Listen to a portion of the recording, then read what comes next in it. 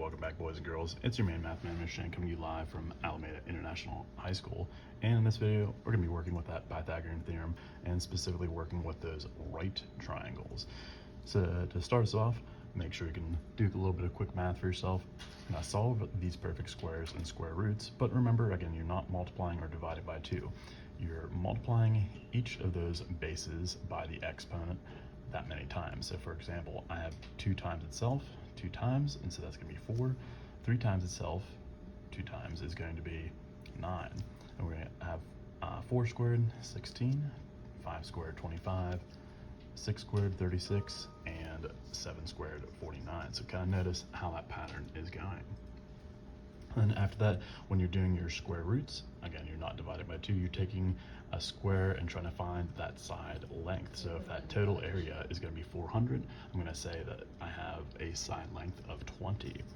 Similar idea, square root of 361 is going to be 19, square root of 324 is going to be 18, square root of 289 is going to be 17, and then square root of 256, 16, and you kind of notice the pattern going, but it's going to be square root of 169 is going to be 13. So again, make sure you can have those perfect squares and square roots for yourself. So now, underneath that, some brand new information. We're going to say we use that Pythagorean theorem when we're talking about right triangles. And so make sure you're kind of seeing how this works. Again, if you're unsure on how to pronounce it, again, what I can do is this. I can say, all right, I have, break it apart one syllable at a time. So I have Pythagorean theorem. So Pythagorean, and then for theorem, you can say theo and then rem. Real simple as it's spelled. So Pythagorean theorem. Okay, so then we're going to say this. We're going to say a right triangle is the triangle with one right angle.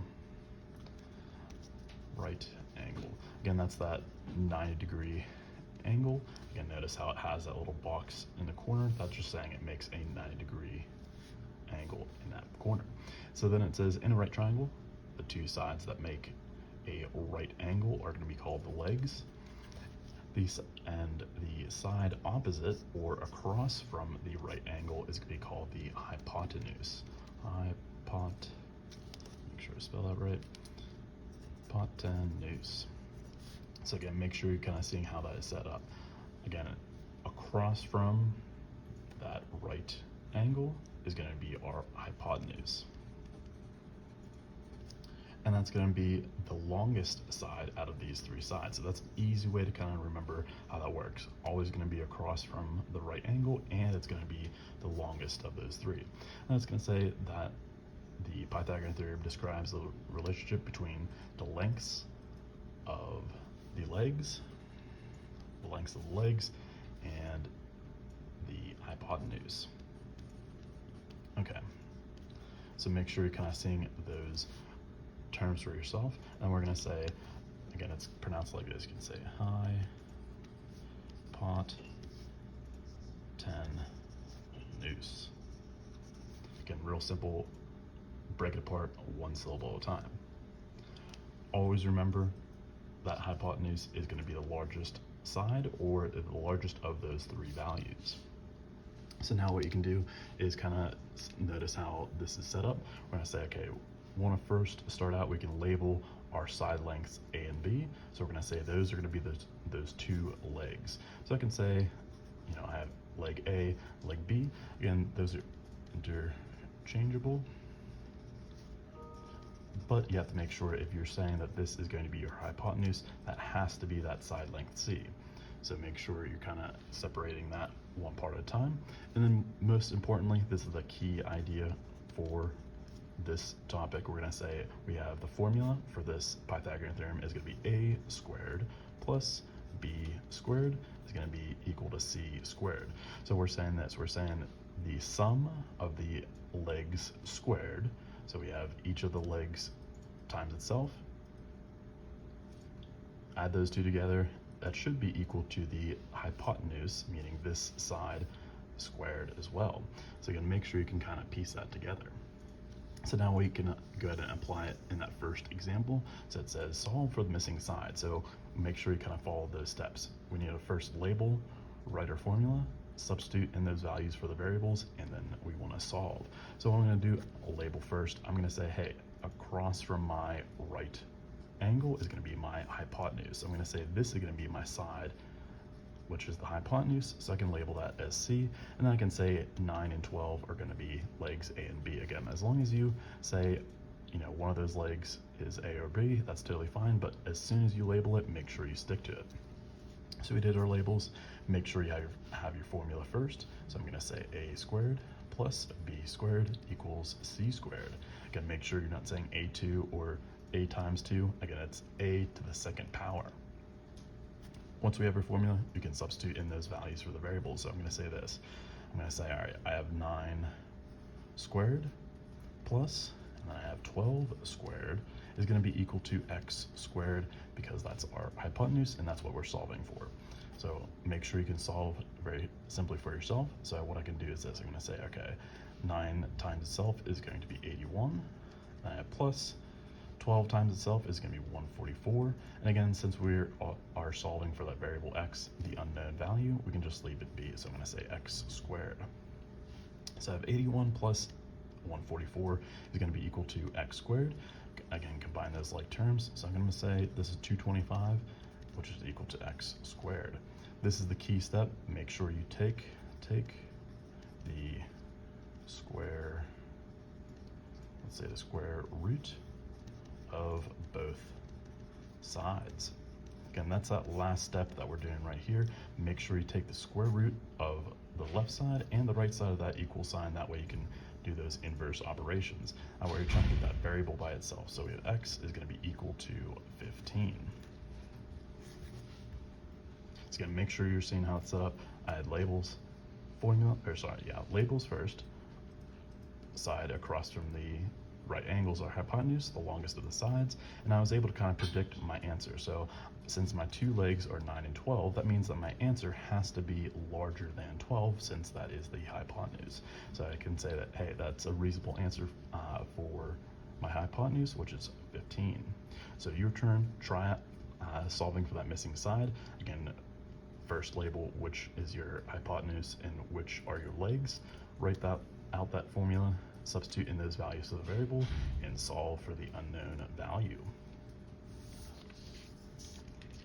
Again, make sure you can pause and check with me. All right. On the back, it looks like this. Same kind of setup.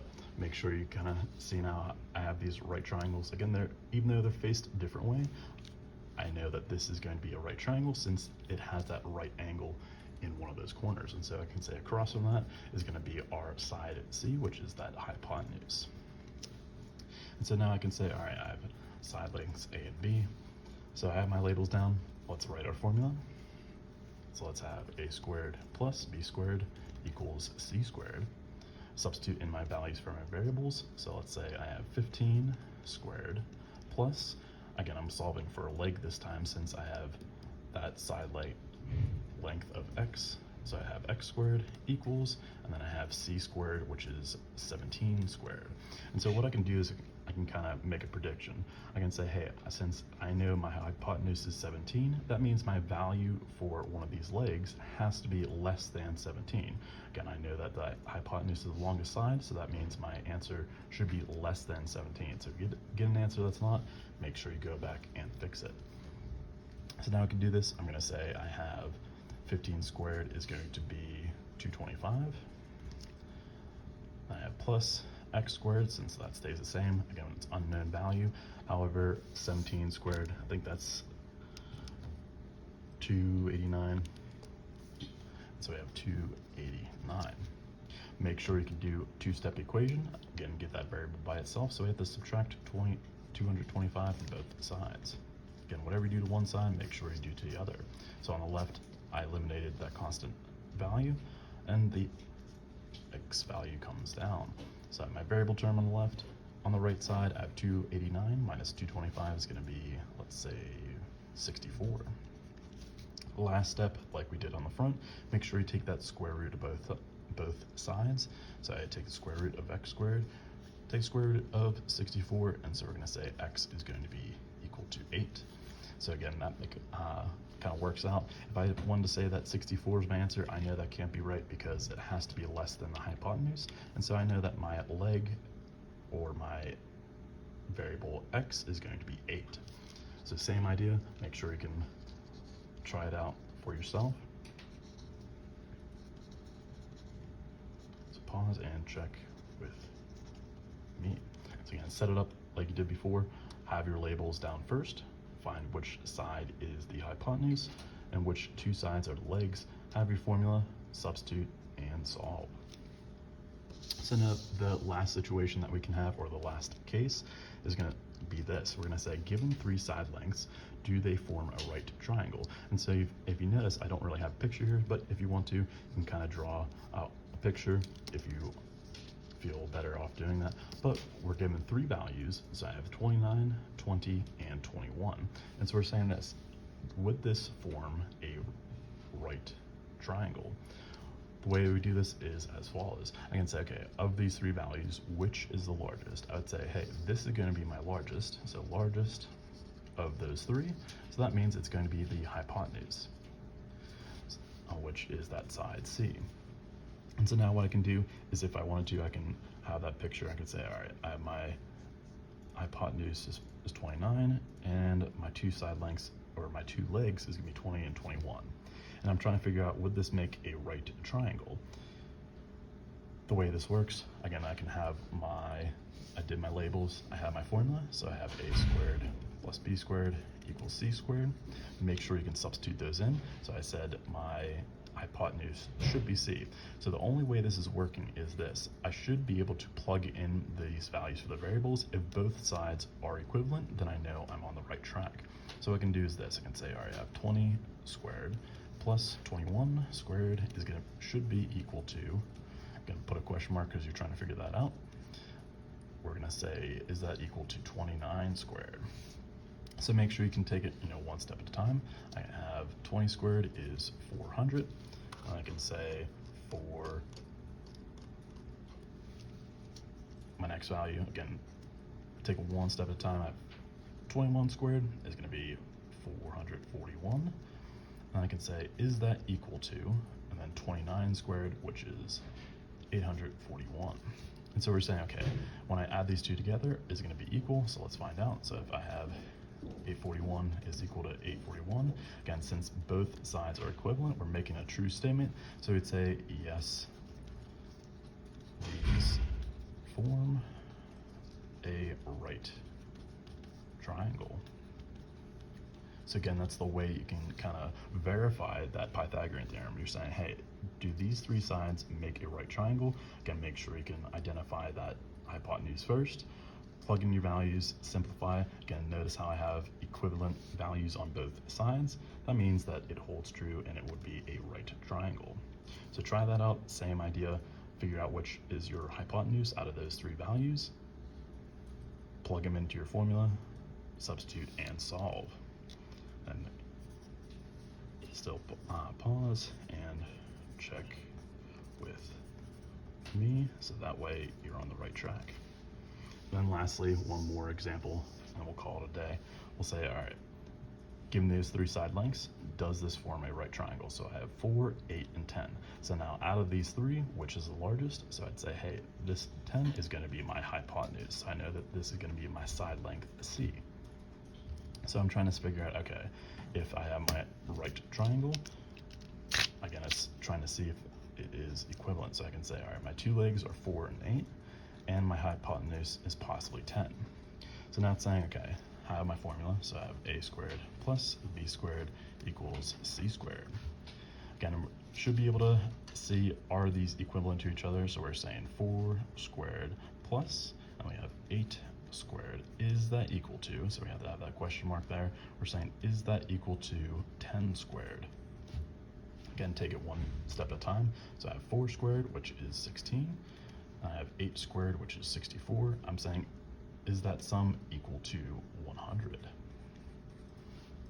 And so we would say, hey, if I notice, I have 16 plus 64, that's going to be, what, 80? Is 80 equal to 100? We would say no, it is not. So we'd say no, these do not form a right triangle. So again, make sure you can set it up how I did. Notice how, again, we're trying to say if those two sides are not the same value, then we know this would not form a right triangle. So same idea, identify your hypotenuse, plug them into your equation, substitute, solve, and then see if they are equivalent. Again, as always, pause and check with me. Again, otherwise, make sure you can rewind, replay, and as always, super slam that subscribe button.